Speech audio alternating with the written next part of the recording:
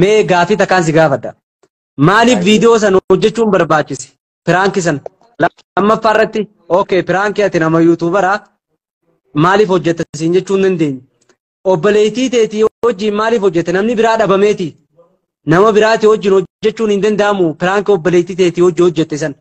Eegoo hojjette yoo obboleettii yaa wajjin hojjedhe jettee hawaasatti himuun san maaliif barbaachise? Mee maali yaaddeeti maali itti feeteeti haa piraanki san obboleettii teetii wajjin hojjette? Mee kan adda nuu baasi. Ishee godha obboleeyyan kiyya. Okay, bareeda. Gaafii bareedduudha. Mee namoonni illee haaseenu hangasuu nama 600 fi wayii jira. Namoonni haaseenu hangasuu mee hanga salaamtallee irra qaree hangasuu mee namni haaseenu dura gaafitti deebi'u dura ishee godha obboleeyyan kiyya waliin. Okay, inni deebii gubbaa murtee guutuu jaamsan. Abdulakim itti ni erga Abdeekim murtii guutotti Abdeekim Ahmad murtii guutotti ergi murtii guutoo sheer godhime Abdeekim murtii guutoo hojii warroonni murtii guutoo mucaa Harargeedhaa murtii guutoo isa wajjin feesbuuka qabdan irra sheer godha jazaakumullah galatoomaadhaa irra sheer godha Hasen irra sheer godha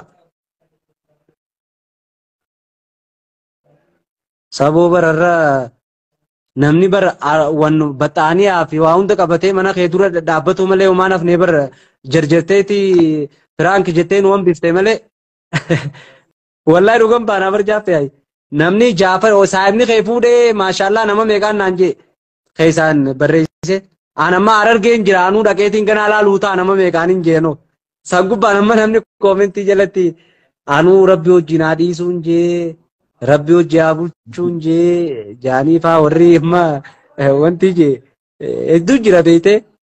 Laakiin ammoo namni boodarra silaama nama biraati ajnabiyyaa hojii ta'e beekte namni wanti hin jiru mee hundaafuu waan ta'e waan itti feete illee nuuf ibsitaa sheer godhamee jira keenya namni haasas seenu sheer oliif godha.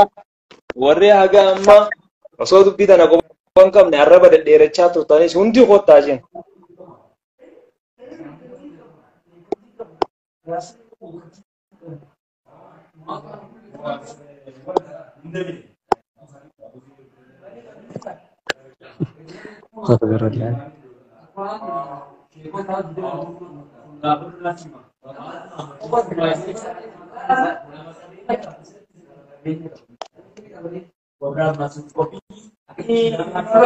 Waan keetirra wal mormu jirti bar ijoollenis teessee dhageeta. Awwadaay guutuun barra awwadaay hin jira beekteen awwadaay guutuun jaafee sirraan oolin piraanki san nama biraati hojii godhuun hin ta'u maaliif piraanki kana obboleettii teetii wajjin godhuu filatte? Okay, bareeda gaafii bareedaadha. Jechuma namaa takka mooqeeqa namaa jalaa walaba ta'uudhaafin isa duraatirratti obboleettii tiyya filadha. Maaliif jennaan? Dubartiin biraa ajnabiyyi akkaan fadhatte jechuudha akka aruuza fakkaatutti ajnabiyyaa jechuudhaaf hin danda'u. Obboleettii ammoo obboleettii wajji dalaguun hin danda'a jechuudha. Garuu hommii tana jala walaba ta'uudhaafin ani duraan dursee obboleettii tiyya filadha. Akkam gizee jettu? Ani ajnabiyyaan takka ammoo dubartiin biraa naaf halaali akkaan fadhetta aruuza san fakkeessee hojjechuudhaaf footoo hojjechuudhaaf harka irra kaayyachuudhaaf itti maramuudhaaf naaf halaali ajnabiyyaan dubartiin biraa. Halaali miti. Obboleettiin tiyyoo. Obboleettii ta'e siif halaali. Haaya. Obboleettii ta'e aruuza kiyyaa koottaadhaa guyyaa borusaa sagalirra neegaa aruuza kiyyarraa nafinaa jettee obboleettii ta'e fuudhuun osii fayyama maare. Eka piraanki san ittiin baal. Obboleettii xiyyanarraa obboleettii xiyyaa aruuza fuudheetiin jira mabruuk naan jaadha. Warri naa gammaddanillee galatoomaadha. Fuudheetiin jira itti obboleettii ta'e immoo jechuun obboleettii ta'e boodarra maqaa dhooyte malee akka fuute nutti himte. Nuti immoo maashaallah hojii haa bulchuu jennee jirra. Rabbi umrii hojii sinaa dheereessuu lama ta'a ciisaadha. saditaa haadhaa siin jaan namni irra guddaan koomintii jalatti obbolee immoo obboleetii teeti namni kas jaanii san obboleetii haadha takka abbaa takka irraa dhalataniin akkasini jaaniire akkami kunuuni ta'a. Sanummaa akkasii kun hin ta'u wanti takka yeroo hojjettu takka takka tola fakkaatteeti booddeensi hamtuudha. Takka takka immoo hamtu fakkaatee booddeensi tola. Haa ta'u garuu niin tolchaatu dogongora kana fideemi. Garuu ammoo jechi garagaraati namoonni garagaraa akka waan kana keessaa ibboo dandeebin nama taasisa. Saniifuu dogongora bakka ati dogongore niin beekaa. Maalirraa akka keessa niin beekaa jechuudha. Gizee jettu fakkeenyaaf jechuun namoonni immoo waan kana harkanii si qeequun yaa amma ani fakkeenyaaf ati ammoo wanni kuni akka badiitti fudhatamu yaani wanni kun akka piraankitti fudhate immoo waan hojjette kana badii tana piraankuma jetteetitti dhiiftamoo wanni kun dogoggora jetteeti ofitti fudhatamee akka yaada keetitti. Ana amma akka kiyyatti piraankiidhaa jeetiin hojjedheemi. Dogongora kiyya sana amma warri ibsanaa godhuu qabu bakka kanaa dogongora waan hin fakkaan safuudha. Amantii keenyattis akka aadaa keenyattis oromummaattis kun safuudha. Kan naanjiin na gorsu eenyu yoon nan dogongora. Ani dogongoraadha. Garuu immoo kadhata kiyya kana osoo natti himne jechoota garagaraa si arrabsuu jecha sin jechuu kuni dogongora kan keessi ni beeksisa.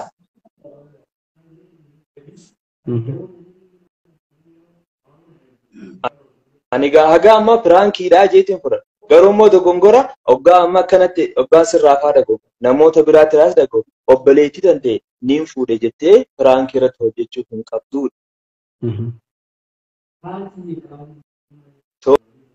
Tole wajji rafee sanoo eessaa fidatan namoonni gari garee akka murtii guutoo jaaniin gurbaa murtii guutoo jaamusan. Eessaa fide wajji rafuu kiyyeessan eessatti akka.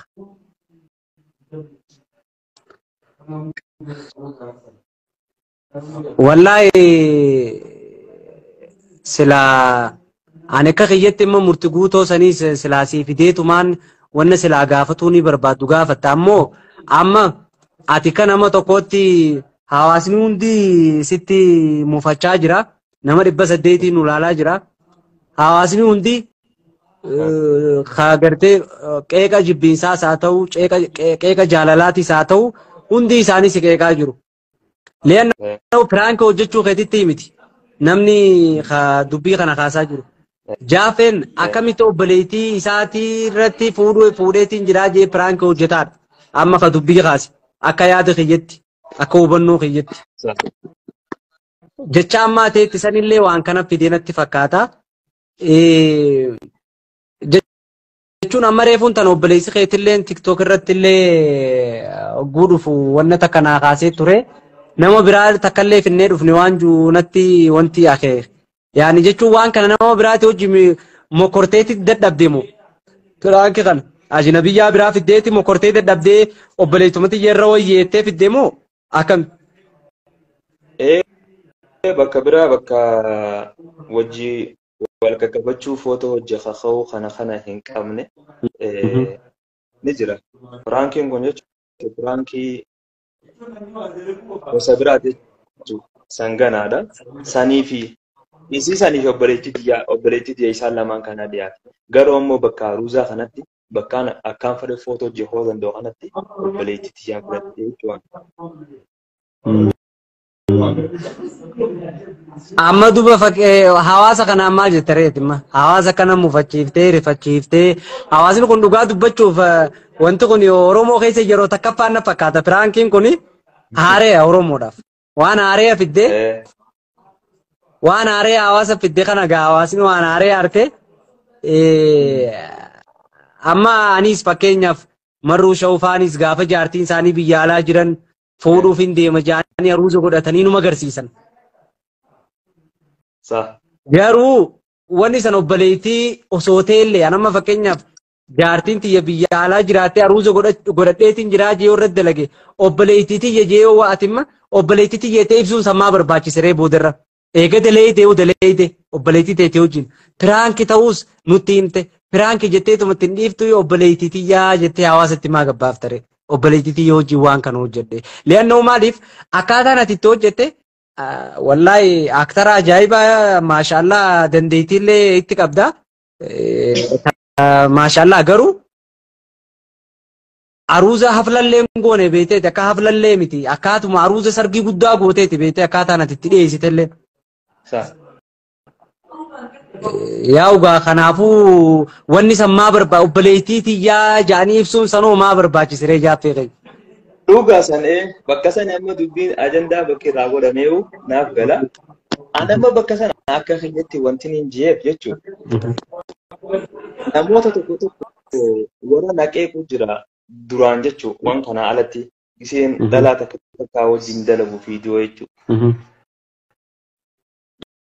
Dhalaa jinabiyyaa wajjin viidiyoo hojjetaa takka hojjettaati dhalaa akkan ni jira ni beeytaamre kunni waan hin taane sirrii miti dhorkaadha akka shari'aattis dhugaadha akkasuma waan kanarraa walaba ta'uudhaaf isii filadhee ergaan isii filadhee hojjetes maqaa isii ta'uu wanti na barbaachise akka ummanni daawwatu kun namni ilaalu kun akka nama biraatti nu huban obboleettii isaatii taakana tarkarraa kaayyate hojjee keetuun obboleettii isaatii akkasitti haa hubatu malee ajinabiyyaa hojjee kana lallaaqatee hojjetee akkasinarraa hin hubatiniifin niin tolchaaf jechuudha. Garuu ammoo tollee fayyaa namtu seenaaf isteebi. Ati immoo jechuma namaa jalaa ba'uu fi kana hunda rakkattee jechuu jaaffee keenya. Jechuma namaa jalaa hin baafi wallahi viidiyoo san eegaan fixee bahee booda fiddeebisee booda bakka tan akkasiin godhuu qaba kaameraamaanota annaa banaa jeeni itti deebi bakka san akkasitti keessa buusee jechuudha. Bahee. Duuba darabbii yoo jaaffee keenyaatiin kun nama xiqqoo diini ani amma sirrallee hin beeku diini jecha ilma namaa kanatti waa takkaan si yaadachiisa. Nabi Muusaan yeroo du'aa kadhatu kophaa ba'e gaafa uummata keessaa kophaa buusan Nabi Ibraahim Nabi Muusaadha. Yaa Rabbii kiyya jecha ilma namaa je waa takkan si kadhadhaa jeen jecha ilma namaa jalaa na baasii jennaan Rabbiin deebii ni deebisee fanuu ilma namaa jalaan baaneedhaa mire. Duuba obboleessa kiyya kana hunda osoo beektu jechi ilmi namaa waa takkas hin godhu. Mee har'a waa ta'e waa daleedde namni uumaa takkas godhee. Eenyu waasi godhamu walumaa raafachuu yoo taate malee. Ilmi namaa yoo waasi godhee si arrabsa. Haa ta'u garuu Rabbiin kee ilma namaa kana caalaa sitti dallana. Gaafa maanoo isaa tuyte.